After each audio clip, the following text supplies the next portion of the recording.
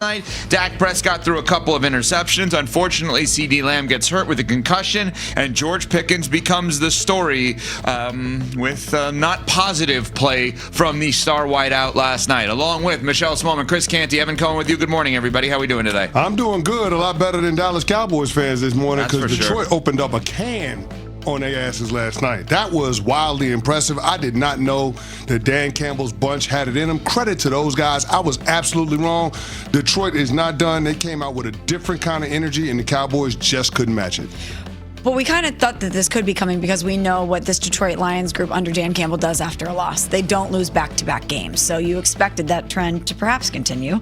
But yeah, I did not think that it was going to be this big of a disparity between these two teams. But when you lose the turnover battle 3-0 and the Lions capitalize on that, 14 points, not a whole lot you can do after that. Cowboys now fall to 6-6-1, and their playoff chances per FPI drops to just 8%. Dak Prescott post-game saying that he hopes this loss is fuel for the Cowboys. I don't think this is any deflated moment like, oh, hands are up, we're done. You know what I mean? Like, no, absolutely not. I think you're going to be a team that's pissed, especially as we talked about, right? A team that's kind of changed since the bye week. This is the first time this group, to an extent, suffered this. So I hope it gets people off the right way. We use it as fuel. And I know, starting with myself, we'll make sure we have a great week of prep for next week.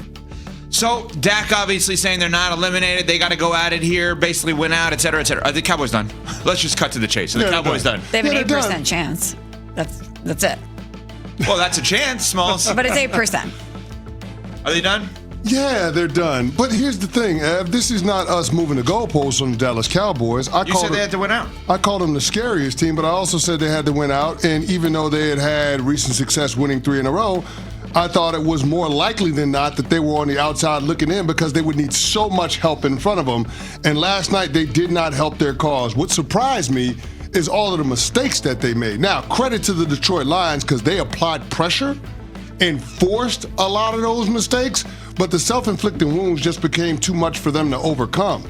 I mean, the negative plays, the tackles for loss, the sacks that Dak Prescott took, Smalls mentioned the turnovers. How was that not a safety, by the way? We're showing it on ESPN2 right now. How in the world was that not a safety? No, it wasn't a safety. He kept the football out of the end zone. Yeah, they had a shot in New York that they showed coming back from the commercial break, and it showed the entire football was outside of the end zone. So it wasn't a safety. But here's the thing. Those types of plays are what I'm talking about. Yeah, he saw the rush and he didn't get rid of the ball. Think about that. The Cowboys punted from their own 1-yard line, and then guess what? Detroit has a short field, ends up capitalizing and getting a touchdown off of that possession. Those are the types of things that you can't allow to happen. And the Dallas Cowboys kept making those mistakes over and over and over again. Midway through the second quarter, 1st and 10, right around midfield. What happens? Dak Prescott tries to throw the football away to avoid pressure, ends up being ruled a lateral. A couple of plays later on a 3rd down, Jake Ferguson trying to make something out of nothing, ends up fumbling the ball. What happens? Detroit recovers, short field touchdown. You can't do that against fundamentally sound teams. And yet it happened over and over and over again. That is the type of mistakes. Those are the type of mistakes that make you easy to beat against playoff caliber teams. And last night it bared itself out for Dallas. Yeah, unfortunately, I think it's over. 8% chance. While you say there's a chance, you really have to not only be perfect down the stretch, which out of the remaining 4 opponents that they have, 3 have a losing record, and the Vikings, the Commanders, and the Giants. They also have the Chargers mixed in there. You also have to pray that Philly has an epic collapse like we saw 2 years ago. So you have to handle your business and be absolutely flawless while also preying on their downfall. One of the storylines of the game, though, was the wide receiver position for Dallas because CeeDee Lamb gets hurt, unfortunately, with a scary concussion in the end zone early 3rd quarter. George Pickens, obviously, their 3rd-round pick, goes to Pittsburgh. George Pickens comes to Dallas. He's been unbelievable this year. People have said maybe the best receiver in the sport. But there was certainly moments last night where effort was in question. Post-game, George Pickens was critiqued by Richard Sherman on the Prime Video broadcast. He said, quote, George Pickens looked uninterested in playing football, disengaged. You can't just disappear in these games. You can't be the guy and half bleep it. That's unacceptable. Pickens post-game responds to what Richard Sherman had to say. Definitely for myself personally, like you said, definitely for myself personally, you just can't disappear. But schematically, as like, you know, a reporter, like whatever his job holds, and he played ball, he got to kind of understand the type of defense they're playing as well. Whose side are you on here? Pickens is saying that, in essence, the defense took him away. Like Richard Sherman should have noticed that. And what Richard Sherman's saying is, I saw a guy not try last night. Well, there are certain players in the NFL that if you don't allow them to get into the flow of the game, you don't have to worry about them later in the game. And that certainly felt like it was the case with George Pickens.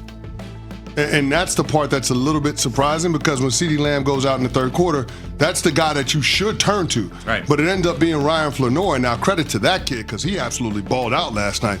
But you would just expect more from George Pickens. Now, there was a consequential play right before the 2-minute warning where George Pickens forces a DPI on DJ Reed. But guess what? The Cowboys don't get the benefit of that because Jake Ferguson ends up having a hands to the face on Aiden Hutchinson, offsetting penalties. It takes away what would have been a huge play for the Dallas Cowboys in what was a one-possession game. So George Pickens has got to be better. He's got to show more urgency coming out of the stem of his routes, driving on the football when it's thrown in his direction, not allowing defensive backs that airspace to be able to close, to be able to tip the ball, like we saw in the first play coming out of the second half, where he ends up getting the ball batted on a slant and Derek Barnes ends up picking it off. Those are the types of things that you have to avoid. But George Pickens, again, wasn't the player that we're accustomed to him being and seeing this year with the Dallas Cowboys, but neither was the rest of the team. So it's hard for me to scapegoat George Pickens when nobody on Dallas played well last night. Yeah, it's always tough to me to question someone's effort. Even if it looks like it, even if the eye test says I'm not seeing that explosive nature that I'm used to seeing, or maybe it should look different, it's very hard for me sitting on my couch watching the game to question someone's effort if I'm not out there. Well, and that's where it's different if guys like CeCe or Richard Sherman in Correct. this case who have been out there. I agree with what you're saying. Like, what do we know as fans in media, you and I specifically, Smalls, and like, it's hard to do that. But there's a play that's gone viral a little bit at 44-30, 2:11 to go in the game. 1st and 10, the Cowboys have the ball, I believe, from like around the 30-yard, their own 30-yard line, and they throw it deep, and Pickens beats double coverage. And the ball looks on the camera angle like it's right there for him, and he just kind of stops and it bounces right in front of him. That's the one that kind of has gone viral a little bit, that people are questioning the effort. But again, it was Richard Sherman who did it.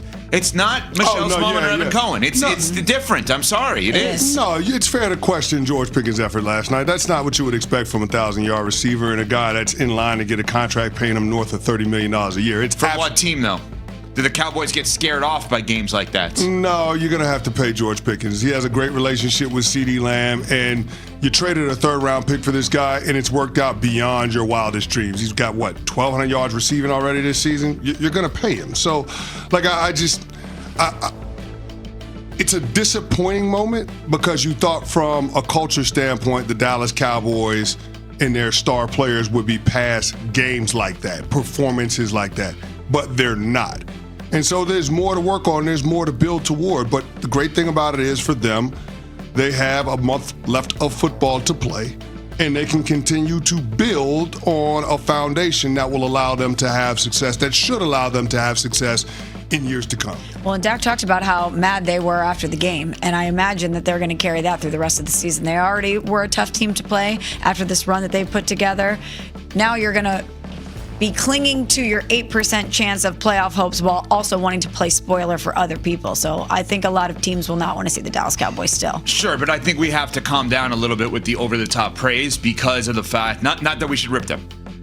They're not going to make the playoffs. Brian Schottenheimer's had a nice first year, but they're not going to make the playoffs. And so this is a team that we think about for next year more so than this year. I think it's okay. Well, you changed head coaches. You traded Micah. This is a transition year for them. You better be great next year. And I think they are in line to be great next year. But I think one of the things that could make them great next year, and it has nothing to do for me with last night. It has to do with the nature of the position and the price you have to pay. I would not sign George Pickens because I've already signed CeeDee Lamb, and I can't invest that much money into the wide receiver position when I have an MVP caliber quarterback in Dak Prescott. It's Ryan Flournoy last night.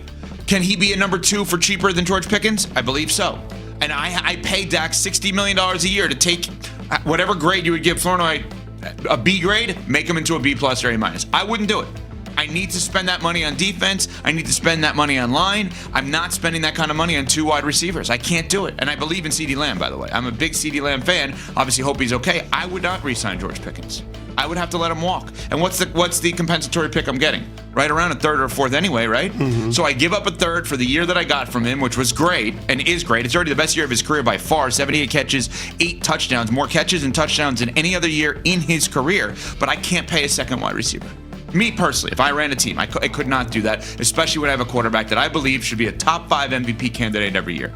And when I'm now intelligently, per CC, saying Quentin Williams, Kenny Clark, give me the other guy, Osa Odighizuwa. Yeah. Oh, I said it right. I think it's the first time I've ever said it right. Look at when I'm saying that's where I need to build this thing inside out, that's why I traded Micah. I can't pay a second receiver. So basically, Jerry Jones ain't giving contracts to any of David Mulligetta's clients. Oh, I didn't even know that he was represented by him. So that's not why I said that, but that is, I guess, a trickle down of that. All right, that's the Cowboys side of it. The Lions side of it. Are they peaking at the right time? We will discuss that after I discuss Venmo this college football season.